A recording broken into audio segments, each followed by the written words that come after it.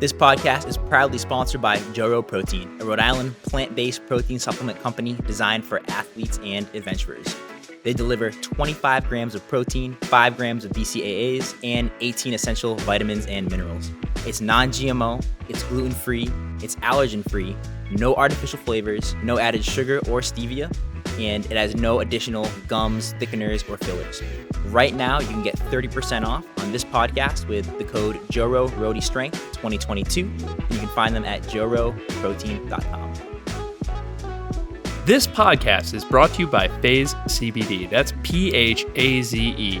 They are a local Rhode Island company who makes and manufactures a wide-ranging variety of CBD products that are formulated specifically for athletes. It doesn't matter if you're a CrossFitter, a strongman, bodybuilder, or powerlifter. These products are for you. These products range from tinctures to seltzers to even roll-on applicants. By supporting this business, you're supporting a local Rhode Island business and you're supporting this podcast directly. Please check them out at phasesports.com. Ready? Let's get it. What's going on, guys? Rhody Strength Podcast. We are Game Day RX episode 3. So me and Jeff are on again with special guest Steve Tripp, New England's strongest man. Look, for everybody listening, you guys have heard of Brian Shaw, you've heard of Thor, you've heard of Eddie Hall, but Steve is that guy in New England. So you are setting me up for failure, man. That's a big. I'm swimming with some big fish with that introduction, but I appreciate it. Thank you. Well, we just had a great time in your gym just before this. We're still sweaty. I think I have Fran lung a little bit. We tried to get on the leaderboard with the 1K row as CrossFitters. That was kind of our speed. We played around with some of the circus dumbbells.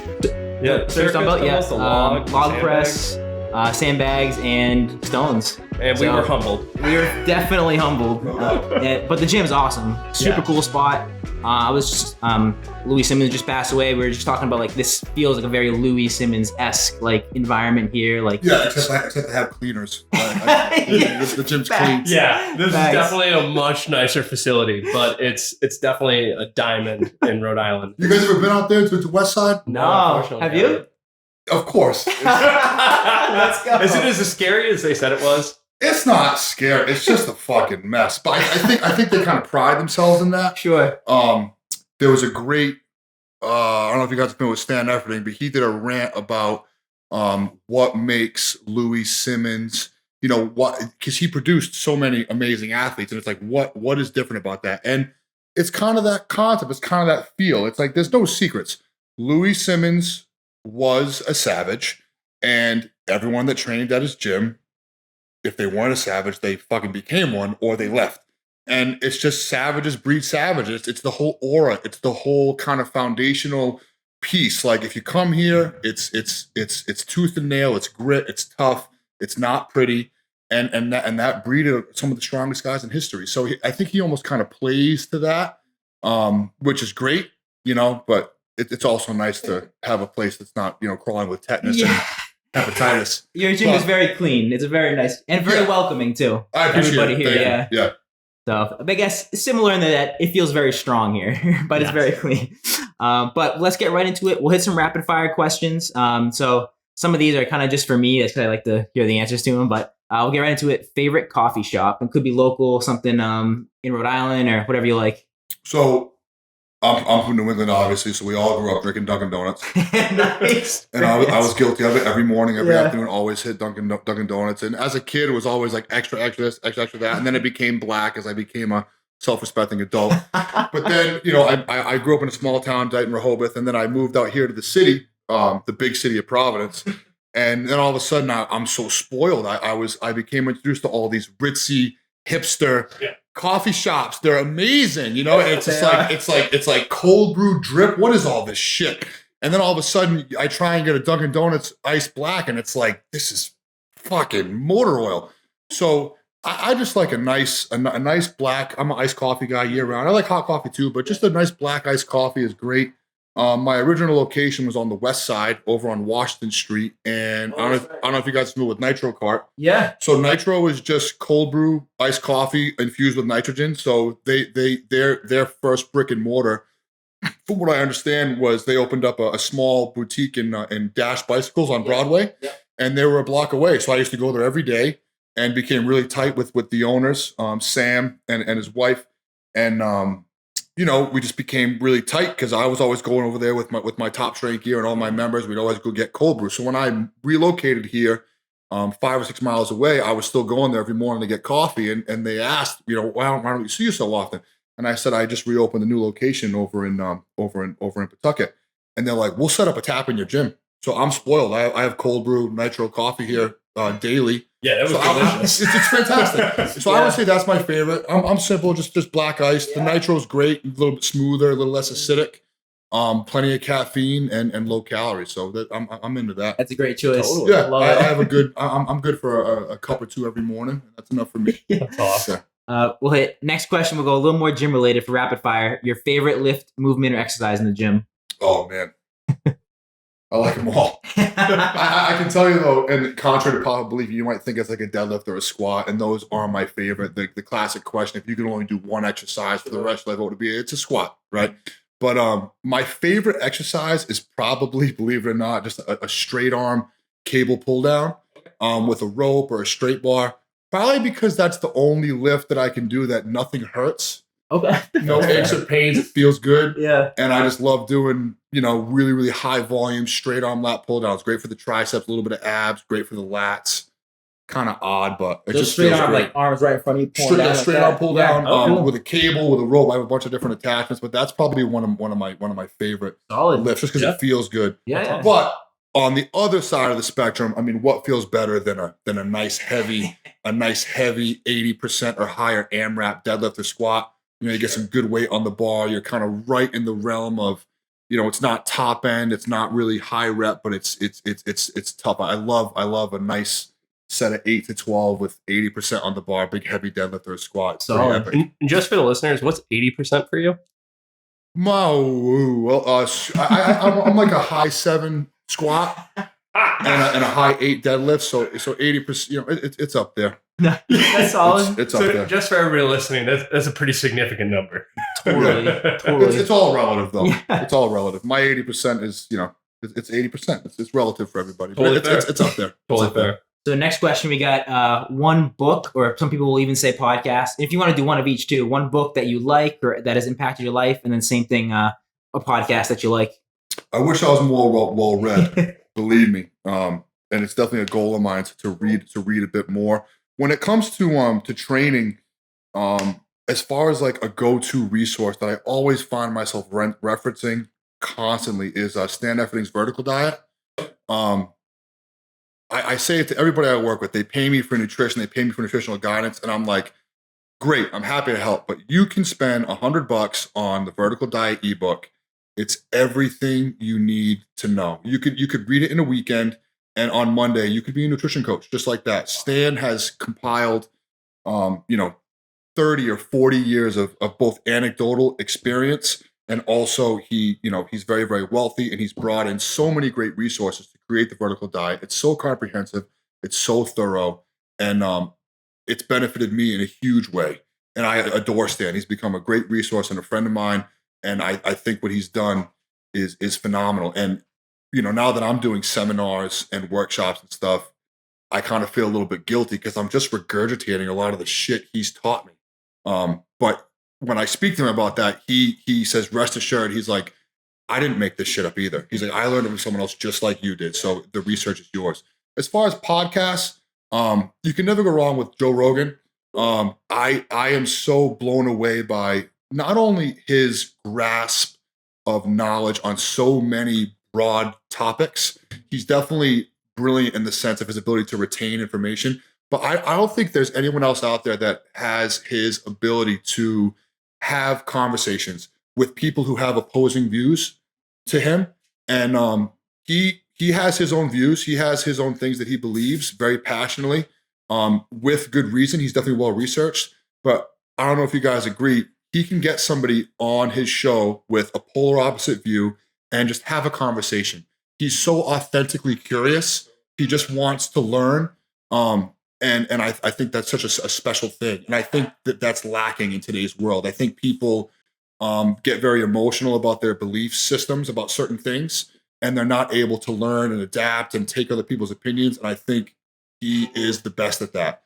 and I've learned a ton from his podcast, from people in the fitness industry, scientists, doctors, and all these like weird people he has on who live or in a remote hut in Alaska. And there's just so much, such great knowledge that's just so readily available. I think he does a great job with this podcast. Oh my gosh. Speaking of that, actually, one of my favorite episodes of his when he had Andrew Huberman on from Stanford, who did like the sports recovery, and they like created weird smart. I know, it was weird just smart. It was amazing. And that's one of a dozen people like that.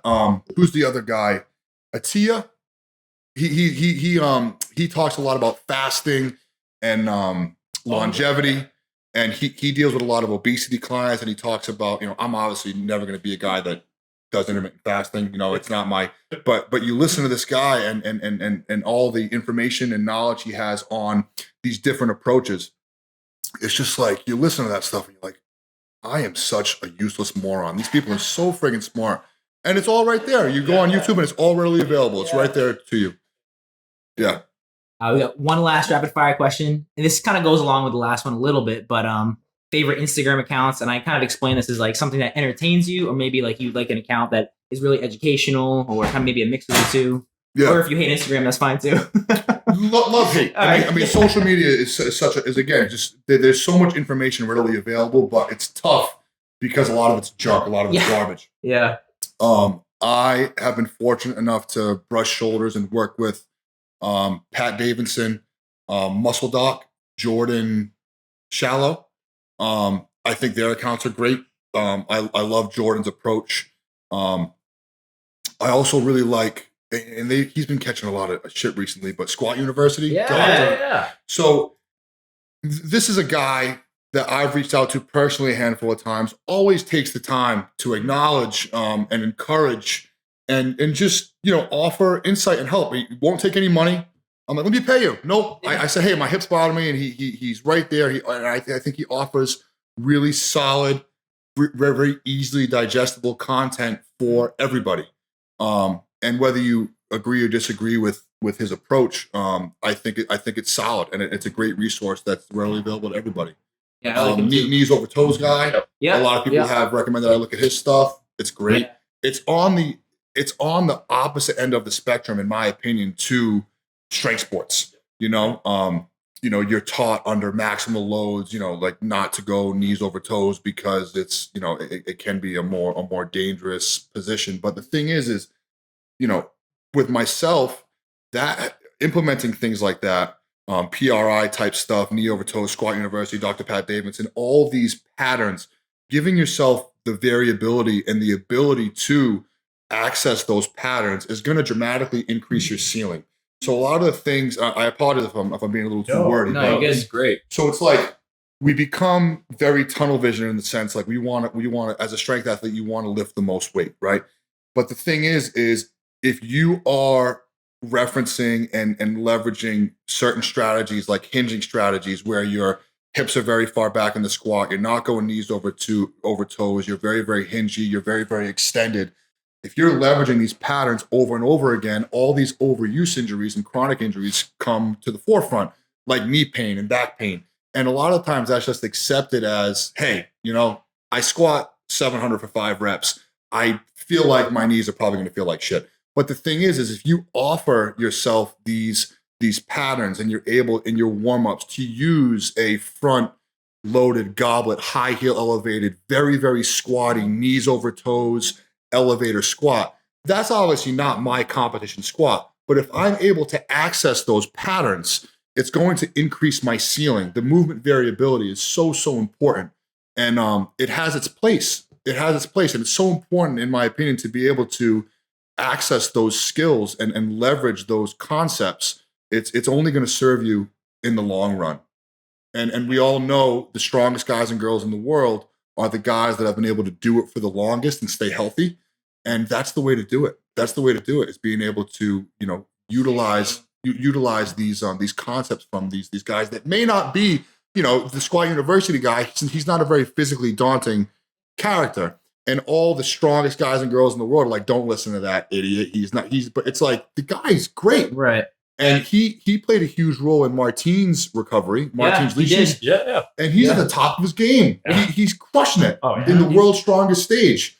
and he implements a lot of his processes. So I think it's super beneficial. You have to keep an open mind. You can't have a tunnel vision. The moment you think you know everything and you're not willing to learn, that's the moment you stop getting better. You have to be a student of this sport for life. Yeah, absolutely. I mean, look at even like, the common knowledge 5-7 years ago and how different it is today. Yeah. Of how much every one of these sports has changed and shifted for not only recovery and mobility, but also actually building your strength capacity. Yeah. So it's pretty amazing. Yeah. No doubt.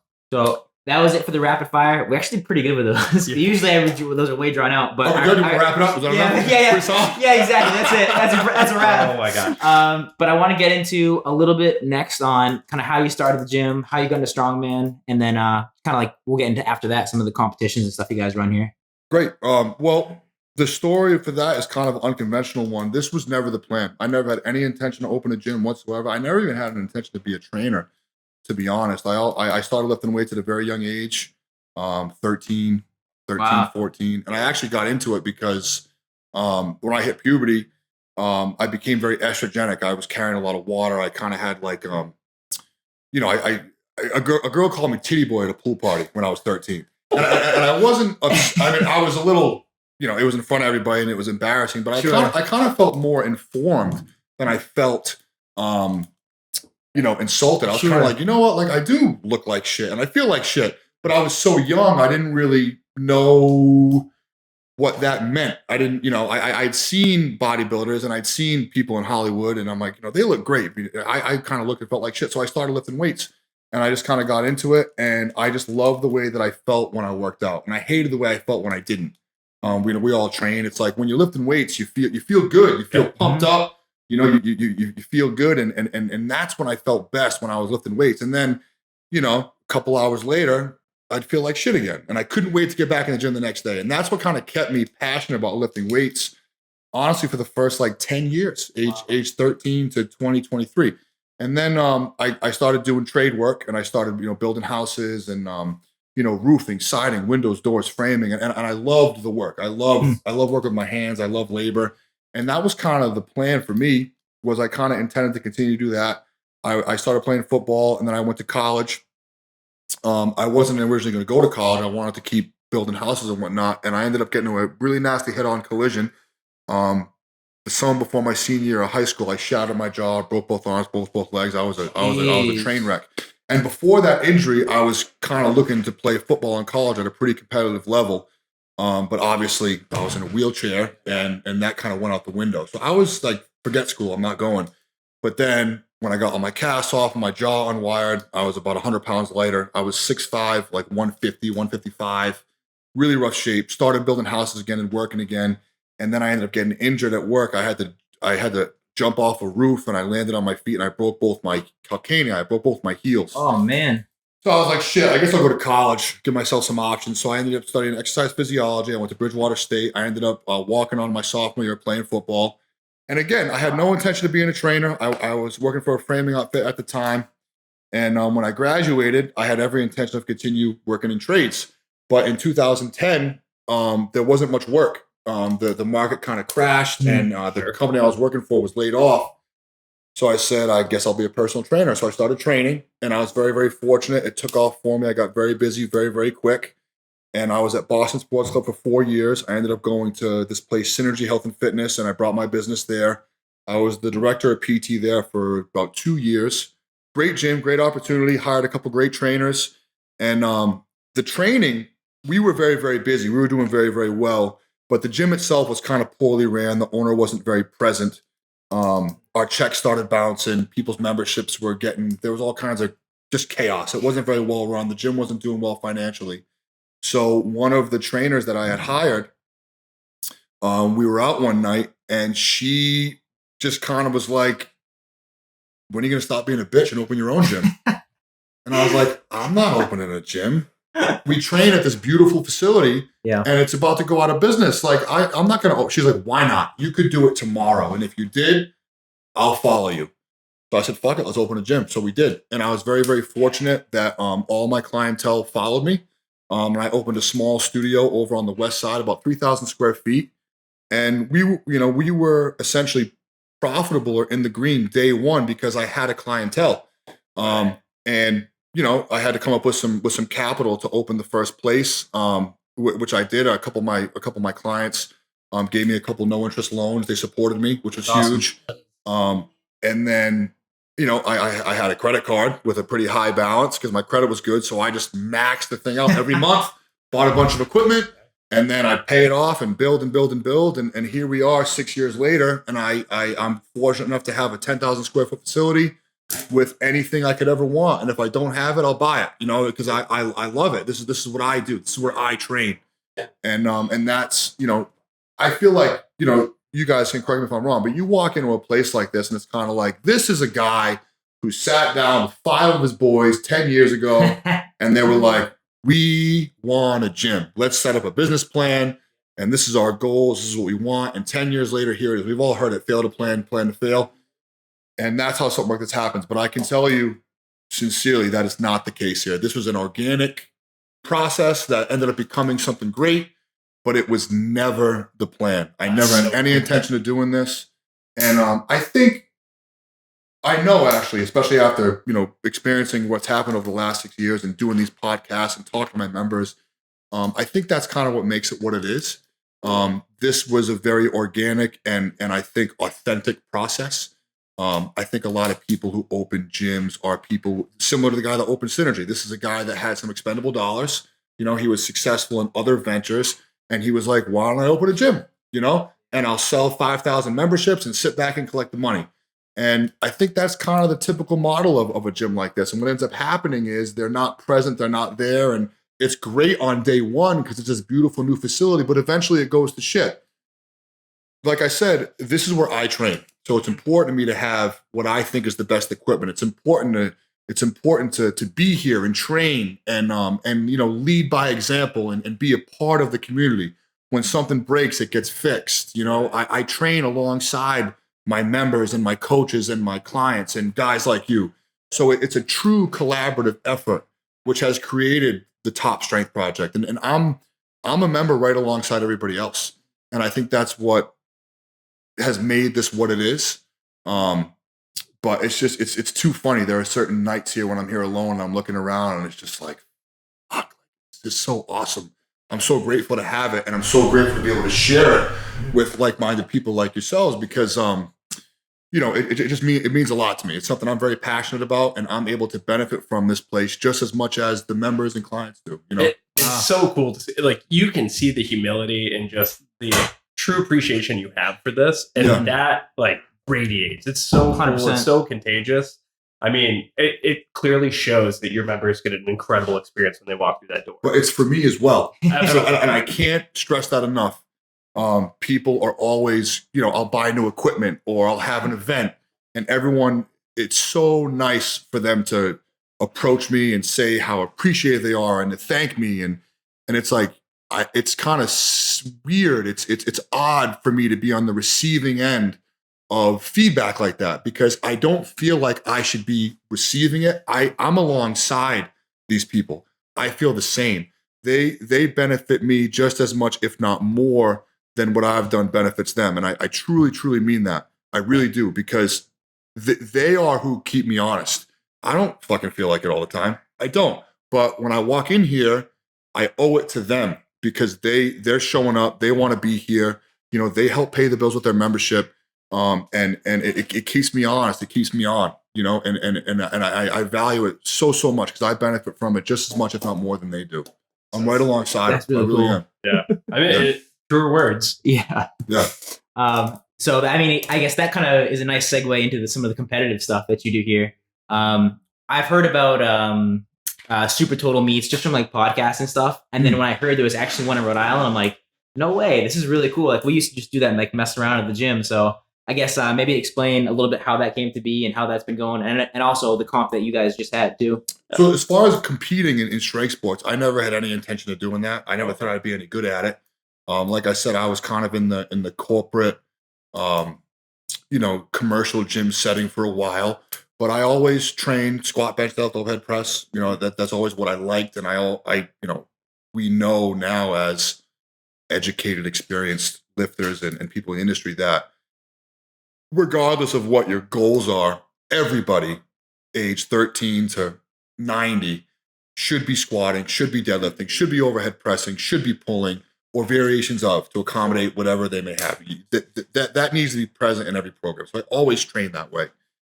But when I opened my first facility, my the original Top Strength project over on the west side, some members started coming, and they were competitive powerlifters and competitive strongmen. So how I got involved in powerlifting is this younger girl named Libby, Mike Bove actually. Mike Bove showed up at the gym. Shout out Mike Bove. Yep, our boy Mike. So Mike showed up at Top Strength Project, and I loved it because he just showed up and he was like, "What's up, man? You know, Mike. What's up, man? Yeah, I'm Mike. Yeah, I'm a power lifter, and I train at this gym, and it kind of fucking sucks. And this place looks great. Like, are you guys hiring trainers?" And I'm like, "No, but yeah, sure. Why don't you work here?" So one of his clients was this girl Libby. She was like 17 at the time, I think, and Mike was a competitive powerlifter.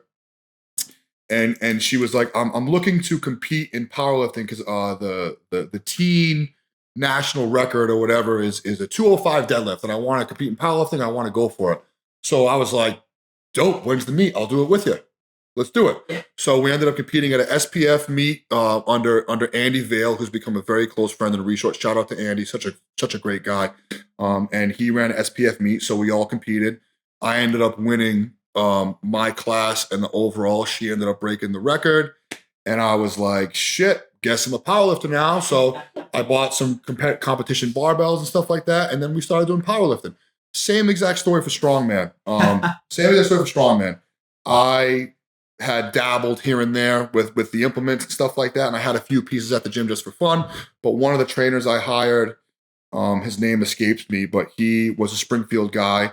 And he competed in strongman. He's like, "Hey, I'm doing New York Strongest Man. This is back in 2017. Would you like sponsor me? Can I wear a Top Strength shirt?" I'm like, "I'll do it with you. When's the competition?"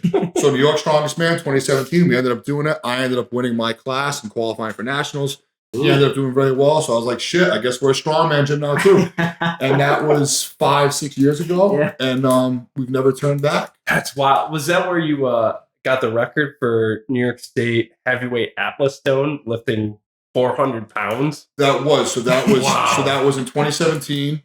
And again, I was very, very green. And I had messed with Atlas stones here and there.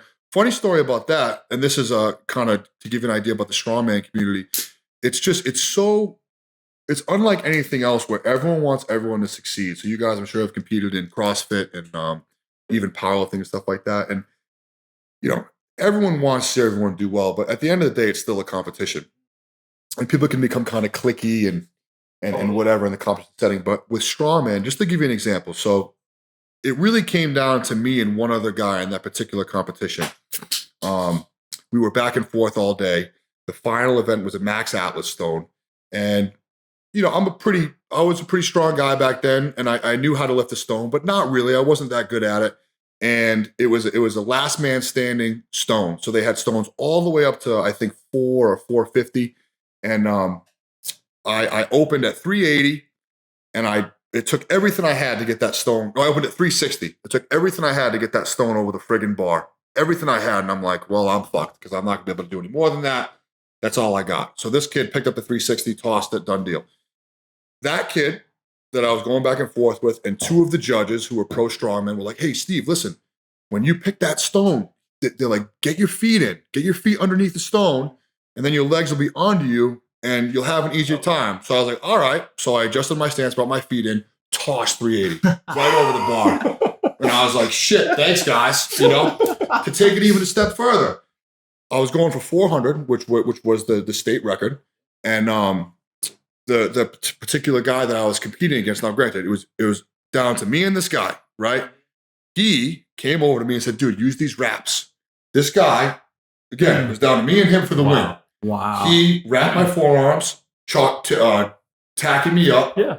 He's like, hit this stone. And I ended up hitting it. I hit 400. I put it over the bar, and he was in the lead. And then he went to hit it, and I'm like, he's going to hit it. And he missed it. So just to kind of give you that backstory of how that happened, but also just to kind of give you guys an understanding of the strongman community. Everybody wants to see everybody do epic shit, even if it comes down to losing. And I have countless examples of that within the strongman community. It's very, very special. That's unbelievable. And that was my first experience competing in strongman, and it definitely plays a large role into why I've continued to do it and getting people involved in it here. Yeah. Because I'd have been done at 360. I wouldn't have hit that stone if it wasn't for not only the help of the judges, but literally the guy that I was competing against. I owe that stone to him. So that was great. I wish I could remember his freaking name. I think it was Chris. Total stud from Maine. That's crazy. Yeah, definitely Chris from Maine. CrossFit. Was it you? Yeah. He's from Maine. But yeah, that mentality definitely does not exist in CrossFit anymore. It did for a while, but now the sport is.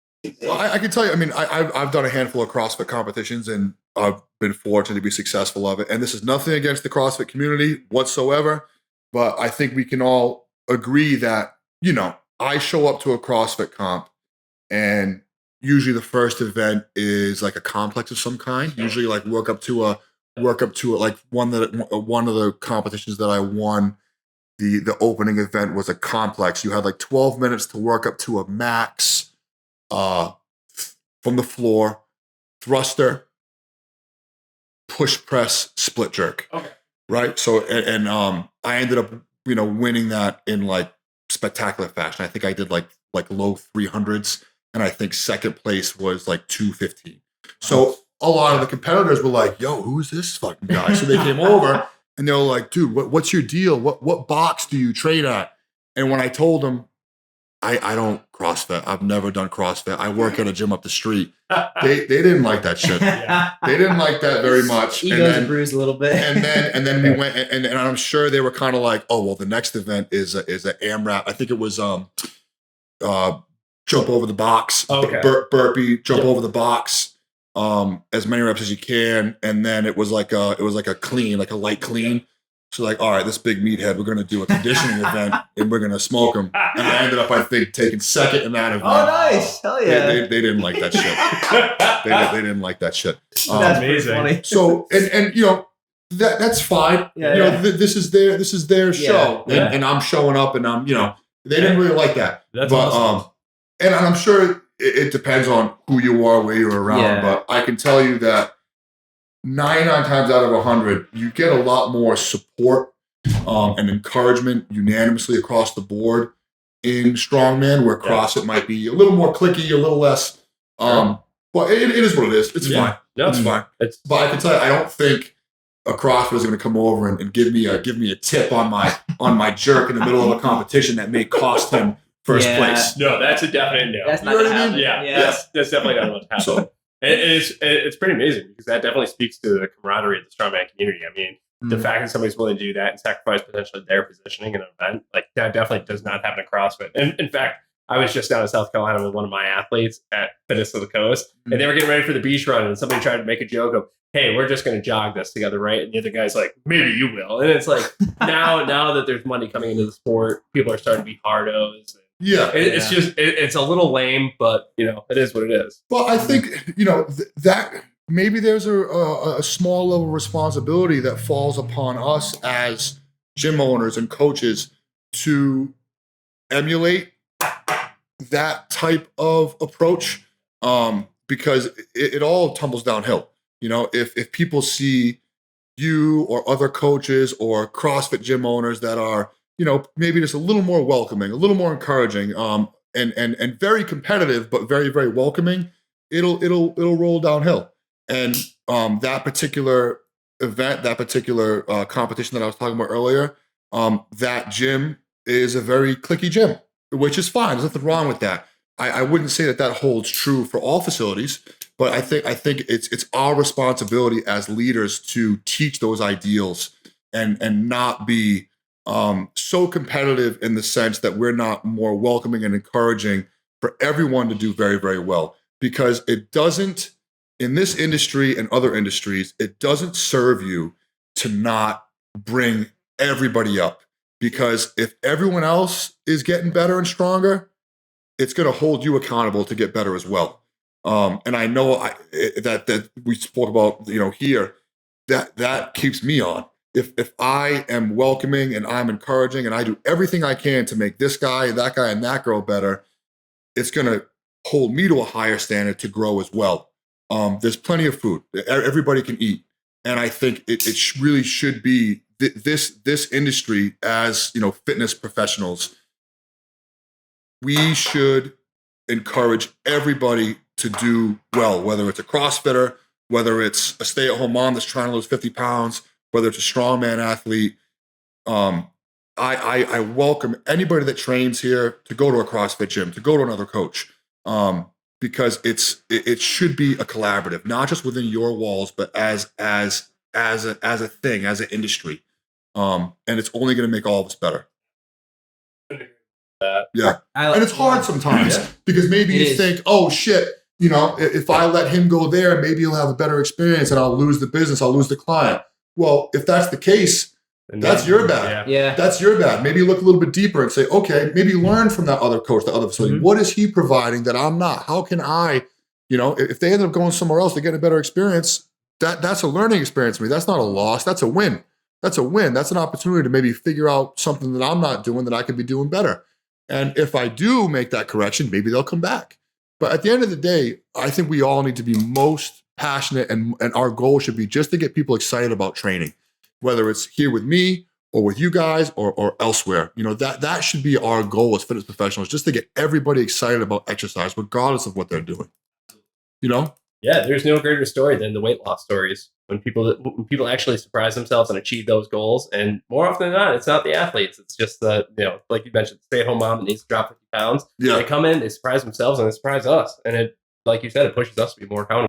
And then eventually they walk in, and in the onset, they just want to lose a little bit of weight, but they're here training, and then they see us over in the corner playing with Atlas stones, and they come to an event here, and they see all these other people, lifting weights and competing, and all of a sudden they're like, shit, maybe I can do that.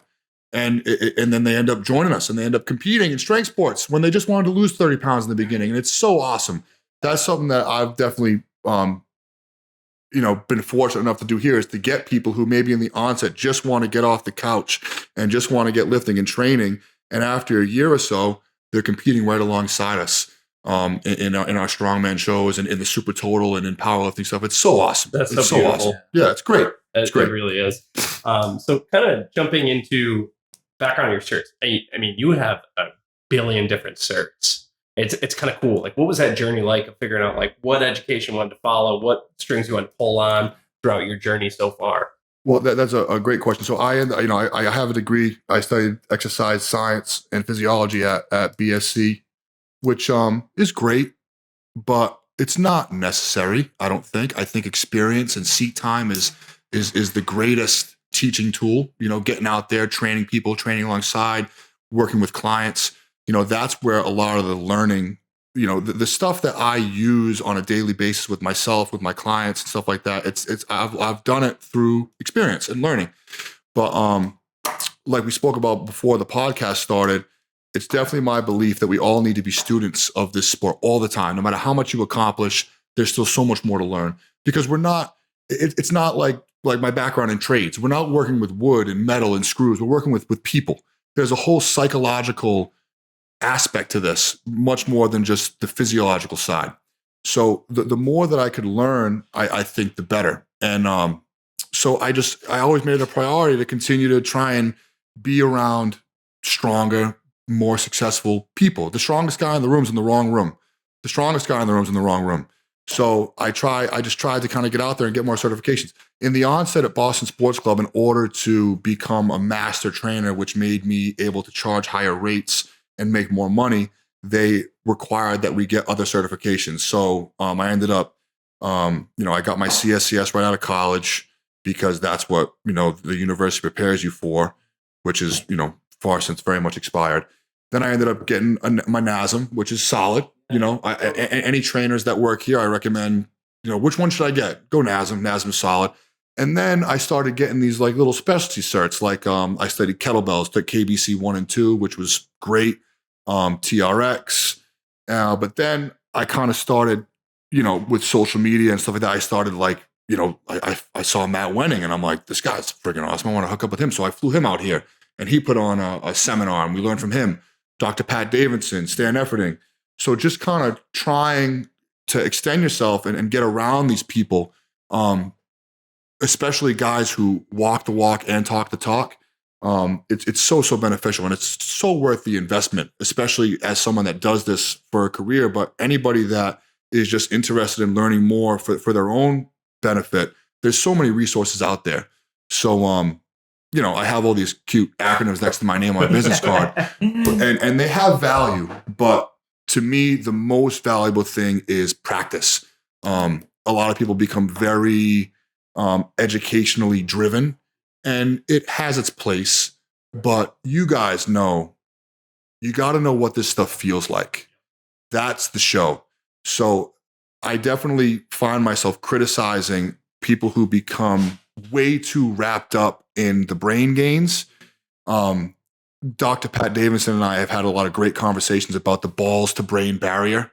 It's important to have an approach and an understanding of concepts. Sure. But at the end of the day, all of that intelligence and all of that knowledge, the point of it is so that you can do more work. Output is what's going to create the adaptations. So it's important to learn, but you got to be grinding, you got to be lifting, you got to be putting it to practice. What are you actually doing? All the reading, all the certs, all the research are great, and you might be able to talk the talk, but are you getting it done? You're actually doing something, and that's a huge part of my process is really putting all this stuff to practice. You're actually getting the seat time. And even if you don't put it to practice, you kind of start to forget a little bit about what you learned too. Yeah, how it just goes and dies. So yeah, it's huge actually, like putting that stuff to work. And learning about like corrective exercise and stuff like that. We become like these movement zealots where everything has to be perfect. And it's like, dude, we are asymmetrical creatures, okay? And I've been guilty of it as well. You get an injury, you go to a PT and you get evaluated and you find out you have all these asymmetries and stuff like that. And then all of a sudden you panic and you think all your ducks need to be in a row to do work. It's like, you really don't. It's just a matter of just keeping yourself comfortable, keeping yourself healthy enough to adapt and continue training. You got to be careful. I see a lot of that, especially with social media and all this information that is so readily available. I find people just go too far down that educational path and they're not grinding and suffering and really, really putting in the work, because at the end of the day, that's the most important factor. But I want to jump on that too, because I'm a PT as well, physical therapist. And I had this conversation with Chris the other day, like, there's a range of normal. You don't have to be in one exact position. Like, let's talk like deadlift. Like, there's going to be a little bit of rounding when you're starting to get like really, really heavy. Absolutely. There's going to be like these, like you said, the bodies are asymmetrical. Stuff's going to happen. That's okay because we're adaptable. Yeah, no doubt. Yeah. And I mean, if you're trying to hit this exact position, you're only going to get so far, And there's the brain to balls ratio, but there's also like, you have to have some tact. You can't just, close your eyes and just go at it. You have to have it's balls to brain. You know what I mean? It's like you got to have both. That's a good saying. You got to have both. And I definitely lean more towards the balls side of things. I'm definitely guilty of that. But another thing about this gym, I have PTs here on staff that are very different than me. They are movement zealots, and I don't necessarily agree with their approach, but they are essential to this, to have that resource, and it's great. It's great to collaborate with people like that who have different views. And to go back to Squat University, a lot of the strongest guys in the world give, discount a lot of things you said. Like, I think you did a post, I don't care if you squat 1,000 pounds, if you can't do a single leg squat. Oh, sure. Okay. So everyone's like, but I'm kind of like, I don't know, like, work on your single leg squat. Why not? Yeah. I mean, it's definitely not going to hurt. Sure. It's probably going to make you a little bit better, a little more dynamic. Mm-hmm. Having kind of that well-rounded, holistic approach, I think is essential. Totally. Yeah, I definitely had that negative opinion of Bulgarian split squats the first time I tried them. Yeah. And then I got more comfortable with it. I was like, oh, I see the true value. That's such a great point. So a lot of people go to the gym and train to pat themselves on the back. So they do stuff that they think they're good at. And I stress think they're good at. They do the things that they think they're good at because it makes them feel good. But I would say I practice this like 1 to 3 ratio. So for every one thing I do that I'm good at and I pat myself on the back, I do 3 things that I suck at. Okay. People are trying to pat themselves on the back when they train, and you probably should be kicking yourself in the balls. Right? Yeah. So just for example, like I'm training a squat, right? I'm good at the squat. So I hit my squat and it's like, oh man, I'm losing position in the bottom. So I'm going to do a 10-second eccentric, 3-second pause in the bottom. And it's going to suck. And it's going to be very humbling because I'm not going to be able to move a lot of weight, but I'm going to live there and I'm going to hate it at first. But if I implement that technique, that strategy, that variation in my training for a month, 2 months, 3 months, all of a sudden, I guarantee I hated it in the beginning because I sucked at it. But then as I got better at it, all of a sudden I like it. So the Bulgarian split squat is such a great tool. And I have some different techniques and approaches that I use how I execute the Bulgarian split squat. It was originally brought to my attention from a PT to correct some abnormalities and asymmetry I had in my hips. And I hated it. It was so hard. I was shaking, convulsing. I actually left that session like, what am I doing? I quit. I'm going to get a desk job. I don't even know how to lift weights. I'm doing this body weight split squat and it's crushing me. But I swallowed my pride and I went back and I did it more and more and more and more. And now all of a sudden it's one of my favorite lifts because I'm good at it. I'm better at it. And it carried over and translated to these things that I thought I was good at. And I broke through that ceiling. I broke through that plateau. Nice. Absolutely. And I mean, that alone, like right there, anybody listening should really go back and rewind that because all too often, not even higher level athletes, but we see, people that are just everyday gym goers that stick to that same movement because that's where they're comfortable. And like Steve said, you got to kick yourself in the balls. Yep. That's how you succeed. So even for anybody that's an average day goer, you see people like Steve still doing that, still going through that process of improving where our weaknesses are. And that's an incredible part of what we do. Yeah. For every session you have that you leave patting yourself on the back, hold yourself accountable to having another 2 to 3 sessions where you kick yourself in the dick the whole time. And long term, you will get better. You'll dramatically decrease your chances of injury because you're addressing the suck. The challenge should create your direction, not thinking that you had a good bench session or a good squat session. You have to address the suck. That's the key to long-term progress. So to our producer, you want to start squatting a little bit more? Look at this guy. Oh man! If you guys were in the room, the air just changed big time. It got hot in here. We talk a lot of shit to each other. As you should. As you should. That's how you keep each other honest. So we are getting close to time, so we are gonna have to wrap it up pretty soon. I want to give you anything you want to plug. Any competitions coming up? We can talk about the competition that just happened too. But, yeah. So I actually just kind of came off a pretty busy stint. I had an event every week for the last 8 weeks. Oh my God. So we had 2 or 3 competitions here. We had Rhode Island Strongest Man, the second Rhode Island Strongest Man. It was a huge success, sold out show, 80 competitors, 200 to 300 spectators. It was bonkers. Wow. Was that here? It was here, yeah. So I'm the USS rep. So we hold 2 USS Strongman comps here a year. Rhode Island Strongest Man and the Gorilla Games will be next fall. That'll be the first Gorilla Games. I'm very close with Corey Benton, who's the NAS rep. That's the other Strongman Federation. So we do Ocean State once a year. That's coming up in July, I believe. That's going to be a great show. And I also hold 2 USPA powerlifting meets a year. Well, 3. One is drug tested. That's coming up July 16th. And then we do 2 other open USPA meets. We had one in May. We have another one in October. So 3 powerlifting USPA meets and 3 strongmen meets a year, all of which are within federations, national qualifiers, the whole bit. And then we do a lot of in-house competitions. So you mentioned the Super Total.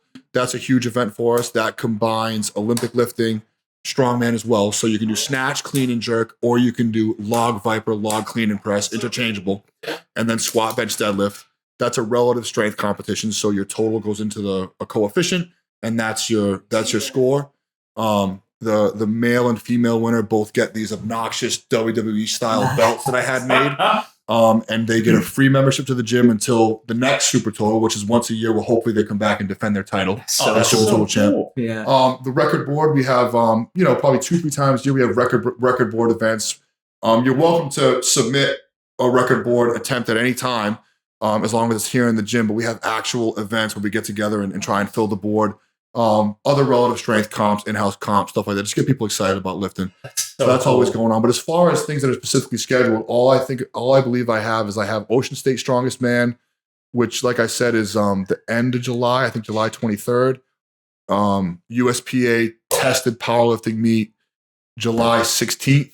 Other than that, myself and probably another 10 people from this gym are all preparing for USS Nationals in New Hampshire. Okay. That is June 26th, I believe. So we're all kind of prepping for that. So until then, we don't have any events here because we're all kind of prepping for that. Yeah. And then we have USPA Nationals in Vegas actually 2 weeks later. So a lot of the members here are all preparing for those. Awesome. But aside from that, like I said, we have Ocean State end of July and USPA mid-July. Gotcha. So real quick, just kind of running us through even this past weekend. So is Strongman, if I heard it correct, is it a weight class sport? Yeah. Okay. So you have novice and open. Yep.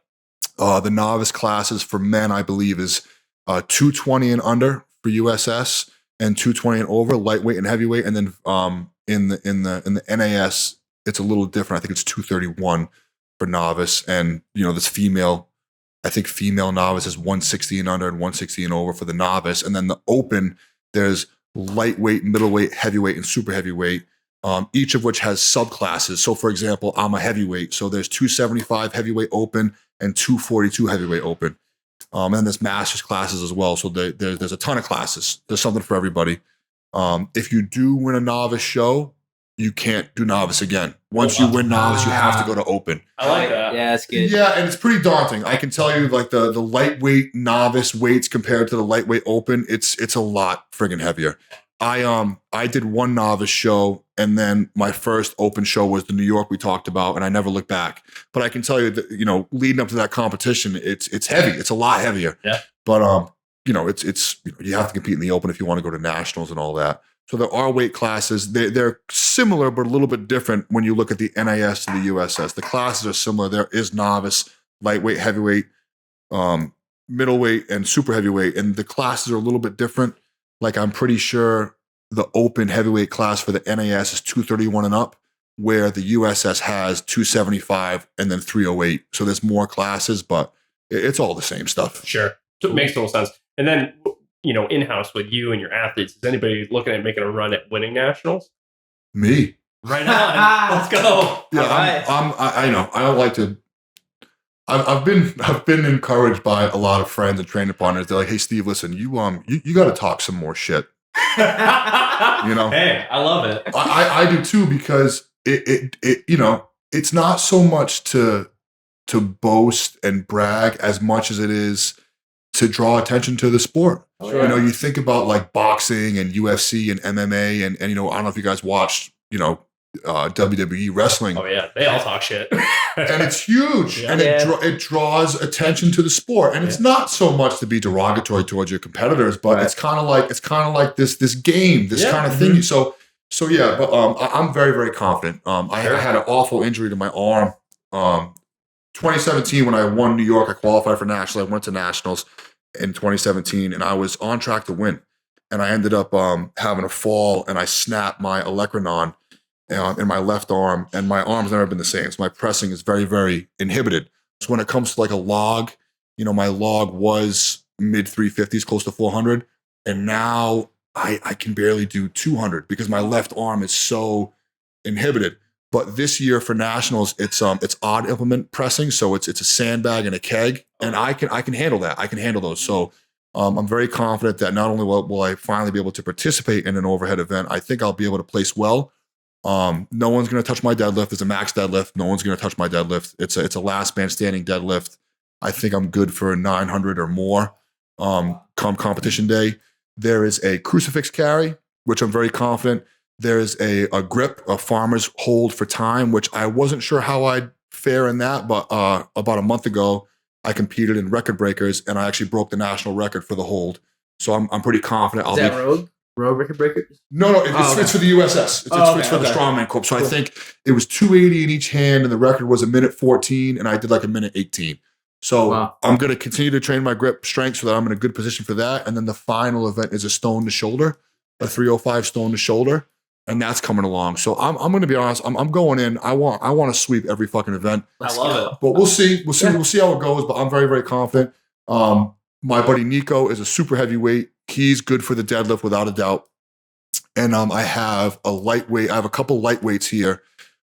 Andrew Registad. This other kid. We call him Delts. Nick Ferenza. He is a very competitive powerlifter who's doing strongman. He qualified for national, so he's going. Does he have big shoulders? I mean, they're Nick, your shoulders are okay. I mean, whatever. But his tag is Dr. Delta or something like that. Oh my god, he's super impressive. I got to be honest, I couldn't be more excited. The Top Strength product is going to have a really big presence. It's right up in New Hampshire, so it's close by. So I ended up sponsoring a lane, so we'll have a booth, and we have a really good handful of athletes competing this year. So I can't wait. We're gonna have a big presence, and I think we have this thing going. We call it like team sweep. We're looking to sweep every division. Cool. It's a tall order, but I think we have the guys to do it. So we'll see how it goes. That's so exciting. Yeah. And as far as the shit talking, you clearly put in the work day in and day out. Yeah. So I wouldn't say that it's derogatory at all. I would say that you're just owning the work that you put in. But I'm also a little bashful because I don't want to talk a bunch of shit and not win. That wouldn't be good either.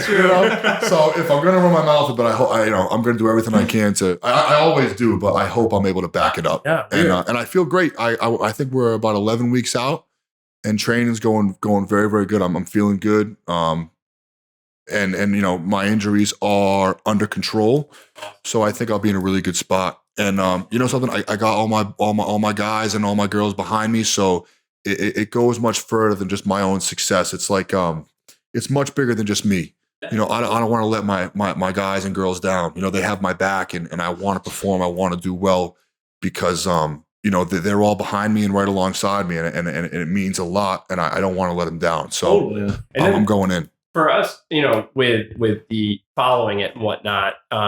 Is it an event that's like streamed at all? Will you guys do a live IG feed as you're competing, anything like that, so that our listeners can follow? Yeah. So I didn't for Rhode Island the last show, and I wish I did. But in past events, especially powerlifting, where there's one, in strongman there's 5 events, and they're all happening in other areas.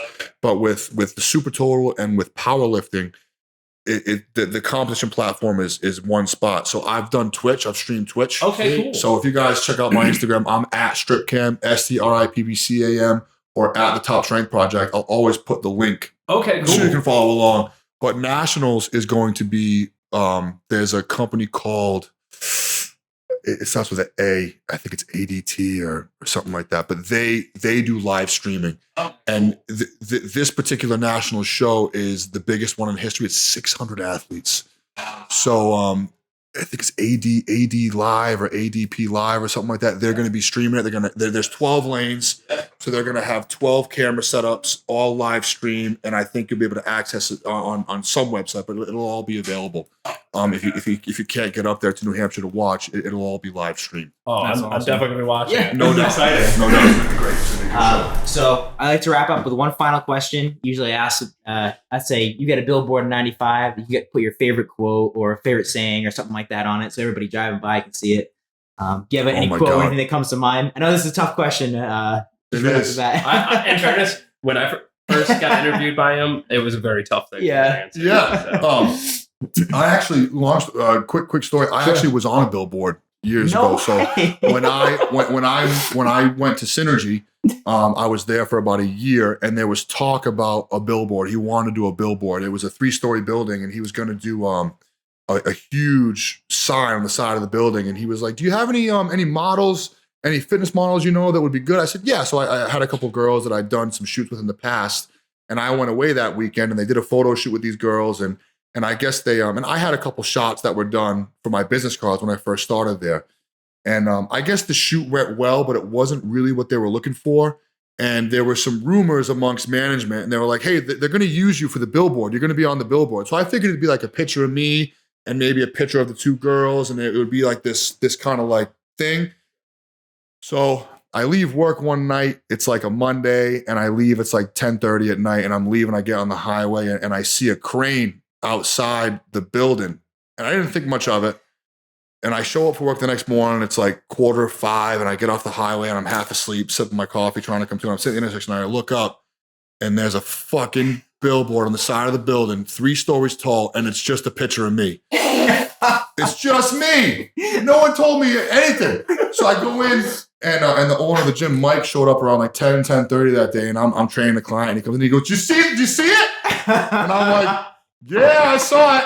It's me. And it was so funny because I got all these messages and DMs, people on the highway, you could see it from the highway. Like, bro, that's you on the side of the building. I wonder where it is now. It's probably rolled up in a closet somewhere. But that's pretty cool. But as far as quotes, there are a couple quotes I have on the wall here. There's one, he who believes he can and he who believes he can't are both right. Oh yeah, that's a good one. Did I butcher that? No, you got that. Yeah, that was solid. And then there's that quote from Socrates on the opposite wall that I really like. So this may be a little too wordy for a billboard, maybe not. It'd probably cause a couple accidents, people trying to read it. But I love this quote. No man has the right to be an amateur in the matter of physical training. It is a shame for a man to grow old without seeing the beauty and strength of which his body is capable. And that's I don't awesome. know, That's beautiful. That resonates with me a ton because a lot of us get involved in, eating and training because we want to look better naked. Maybe we want to be healthy. Maybe we want to get back at an ex or something like that. But to me, like, true. When it comes to exercise and training and eating, the fundamental attributes that it takes to be successful in strength sports, like, and I hate to use these terms because they're so played out, but like consistency, discipline, motivation, these are attributes that are sharpened and improved upon through this practice that we share. But it goes so far beyond looking better naked and being in shape and being healthy. These attributes, what it takes to really succeed in strength sports, these attributes, these characteristics perpetuate themselves into everything else that we do as humans. And I can tell you definitively, when I'm not on, when my training's not going well and I'm not getting my rest, I'm not eating my meals, I feel like shit. And the stressors of life, these things that are out of our control, they fuck with me, and everything kind of seems to go to shit. But when I'm on and I'm hitting my workouts and I'm getting my rest and I'm hitting my meals, I just feel like I have all the necessary tools to handle whatever life will throw at me, as corny as it sounds. But I truly believe that from my own anecdotal experiences, but also, being in this industry for only 12 short years, I've seen it. I've seen dozens of people that I've worked with, and some people come and go because it's not for everybody, but I've seen dozens of people that will come in and they have struggles. We all have struggles, be it in career, be it in relationships, health, fitness, whatever. And they get a grip, they start training, they start eating, they start feeling better, and all of a sudden, everything else in their life just starts falling into place. And it goes so far beyond the vain aspects of this hobby that we all share. It perpetuates itself into everything else that you do. And I truly believe that, this training and stuff like this, it's my device, it's my anchor, it's my foundation that puts me in a position to be able to find success everywhere else in my life. And I think that holds true for just about anybody. And it's very, very special to me. And that is why I think I chose to stick with it for a career, because I know how much it means to me and how much it's benefited my life in experiences like that. And I'm fortunate to be able to bring other people on board and hope they find the same benefit to this hobby that we all share, Yeah. Oh my gosh. And I think that quote nails it. Oh, yeah, absolutely. I mean, that is nailed. And he probably wrote this on a stone. Right. And he got it hundreds and hundreds of years ago. Yeah. And it still holds true today, without a doubt. Yeah. Well, hey, thank you, Steve. Yeah, thank you so much. No, thank you. I really appreciate the opportunity. Appreciate everything. Anytime. Cool. Thank you guys so much. And we are signing off. Awesome stuff, man. Oh my God. Really good. That was Decent? Unbelievably handsome. Yeah. That's a lot of fun.